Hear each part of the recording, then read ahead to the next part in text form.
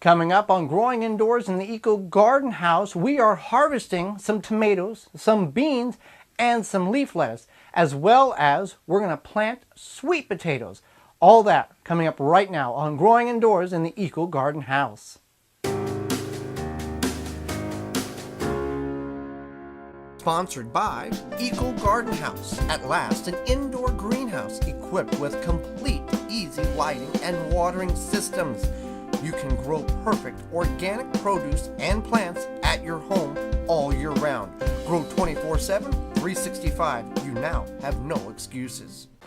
Welcome to Growing Indoors with the Eco Garden House. I'm Joy Baird. We've got a lot of things to do today. I raised the light up so we can get access into our grow area, and we're going to harvest our cherry or our yellow plum tomatoes. We've got a number of those ready, as well as we'll harvest the purple pod beans as well as the golden wax beans that are ready. And we're going to take some leaf lettuce, which we can cut and it'll come again. I'll show you that.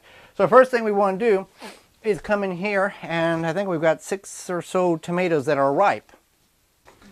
So this was the tomato here. This is the cherry yellow plum tomato, and I think it is actually, let's see here. I don't know. Oh, it's grown in the back here. No, I don't know. Oh, okay. This one, it's planted in the front one here. Now, the cherry varieties of tomatoes are typically indeterminate tomatoes, which means they will grow indefinitely if the conditions are correct. So this will continue to vine and vine. We have trimmed it back as necessary, and we're just going to have and pluck, and you can just pull it right off. Any resistance, obviously that one's not ripe there, so it's not going to come off very easily. But we're harvesting some, put that there. This here is a Tequila Sunrise sweet banana pepper, and that we brought in, and that was dug up in the actual physical ground in our ground garden outdoors. And we did it very similar to the way we prepared our eggplant that we brought in. Just the only difference was the shock of removing it from the actual soil has caused it to drop its leaves, unlike the eggplant there. So if you want to know more about how we did that, there is the link in the show notes below, as well as the pop-up above. Again, with the tomatoes here, you can pop them right off. Sometimes the little top piece will come with it. Now we do have a cluster in here, and I'm just going to harvest these here. Now you'll see this one is a little unusual because of the way it's edible, but it formed that way simply because of the way the pollen dropped in the flower and self-pollinated itself. So perfectly fine. I got another tomato here, and I'm going to harvest both of these back here. Now the difference in color here, this one's more of a dark yellow, this one's more of a bright yellow. Within about a day's time, this one will get as dark as that one. That's why I'm harvesting it. So we have a variety of cherry tomatoes here. We do have Romas as well growing, and that's one of the more popular tomatoes, as well as we have the big slicing or beef steak variety tomatoes there. So now let's take a look at our beans. We've got 2 different methods of the beans being planted. We've got the rows that are in the grow bag, or in the raised bed here, as well as we've got our hanging baskets of beans. Now typical beans are green, but there's a variety of different types of edible pod beans. There's a variety of different edible pod beans, and these are golden wax.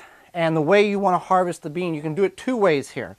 And this is important because you want to do it with the least amount of damage to the plant.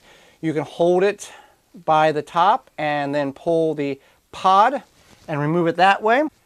Or you can take your scissors, and this one here is ready, and you can just go up there and snip it from the actual stem. Now you want to harvest these on a regular basis because you can see here, for example, these are going to begin to put the pods on. These are getting done with them, and if you just snap them off, you're going to stress the plant out. But you want to continue to harvest them, because if you don't and you just let them get larger and larger, the plant's not going to continue to produce more pods. The plant is designed to produce a number the amount of pods that it feels is necessary, because each pod has beans in it, to carry on its natural traits for the next generation. And in nature, they'll grow, drop on the ground, and then they'll regrow another plant. So we want to continue to harvest these. And you can harvest them, and here's a purple pod bean. You can harvest them at any given stage. You see what I did there? I didn't grab it right, and I snapped the top off. We're going to eat these really pretty soon here, so it's not detrimental, but you want to try to avoid that. With these purple pod beans, they will lose their purple color if you cook them. It's not a genetically modification of any sort or anything, just the way that nature has designed it. When it gets hot and you cook it, you'll lose that purple pigmentation.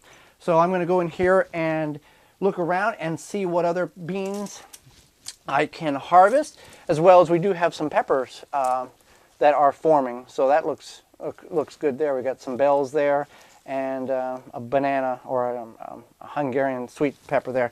So I'm going to go in here and start and harvest the rest of the beans that are ready, and then we'll talk about how to harvest our leaf lettuce so it keeps coming back over and over again. So we harvested some beans and we harvested some tomatoes, and as more get ready, this is one of those things that you can harvest as you want, kind of like your little own farmer's market in your house.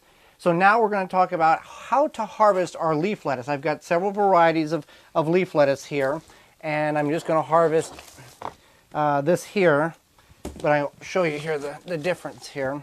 And you want to be sure, you know, these don't need as watered as frequently because of the density that we have planted them, that intensive planting, but we still need to water them.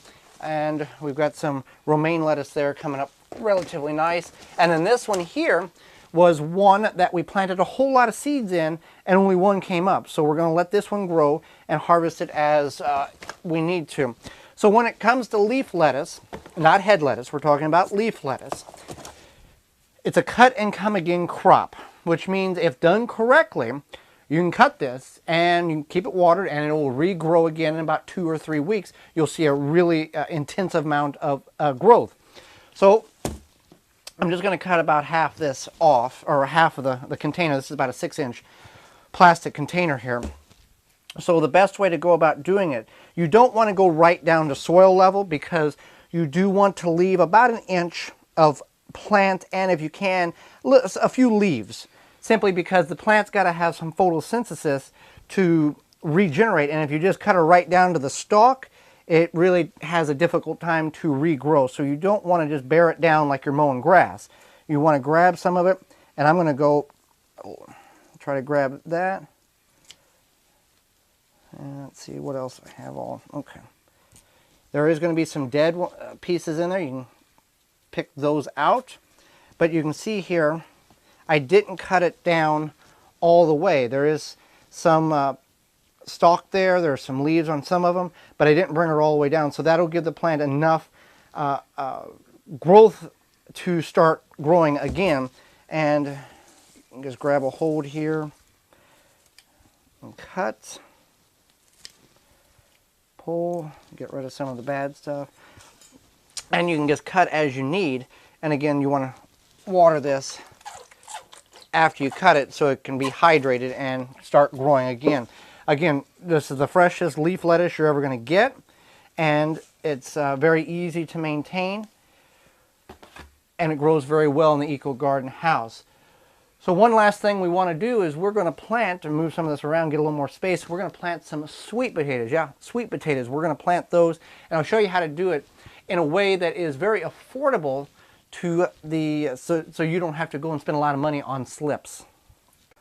So we're going to plant sweet potatoes here, and I'm using a 10-gallon grow bag, and that's about the size you want to go with. I'm just going to finish topping it off with some professional potting soil here. It's got compost, some vermiculite, some certified leaf compost in it, and we're going to get it to about 2 inches from the top or thereabouts.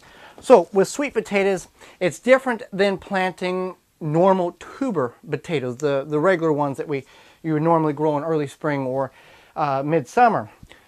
Sweet potatoes are a warm weather, or really they like a lot of heat, and you can take a sweet potato, buy one at your local organic produce store, or you can go to any type of store that you know it's an organic based potato, And you can do it a couple of different ways. This is one that we grew a couple of years ago. And what you'll do is, if you have a longer piece of potato, you can just cut the little portion off just like that. You want to have a little bare spot on it, simply because it's going to allow the roots to come out of it better. So if it's long like that, just knock the bottom off of it, put 3 toothpicks in it, and set it in a jar of water.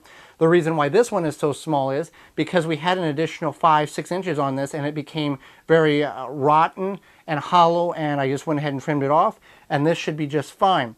What occurs is, this takes a little while. This can take up to 3 or 4 months to get some growth on it, get roots establishment, and that's what we've kind of experienced. Sometimes it might be a little quicker, but what happens is, at a certain point, you're going to have growth come off of them, and this is what is called a sweet potato slip. These can be very costly if you buy them at the early portions of the year when you would normally plant them outdoors. But this is an easy way that you can go about and creating your own sweet potato slips. And once that you see a long growth has occurred, you can simply cut it off from the actual potato, put it in a jar of water, and literally within about 24 to 72 hours, you will see roots begin to develop. That's what you want. That is where your potatoes are going to pretty much start to form at. So what we're going to do here is we're going to put 3 potato slips in this 10-gallon grow bag. And these can be very overtaking of an area. So what we'll do is we'll kind of space this out, and we're just going to let it sprawl as it wants to in the Eco Garden House. So with these roots, we want to bury it so all the roots are under the soil. This is exposed. And different sources that I have seen is, once this sprawls all over, let's say this is 10 or 15 feet long, you can actually take the tip here, cut it off, and you've got all these leaves back here, and you can root that, and that will actually turn into what this is. So you can propagate it from the actual vine. I've seen this happen, seen this on several different reliable source videos. So you can actually root from the actual tip growth of the sweet potato. So what we want to do here, I'm not going to add any fertilizer because there's a slow release fertilizer already in our particular potting mix. You'll have to check yours, your growing medium, whether or not you need to add a fertilizer or not. And we just want to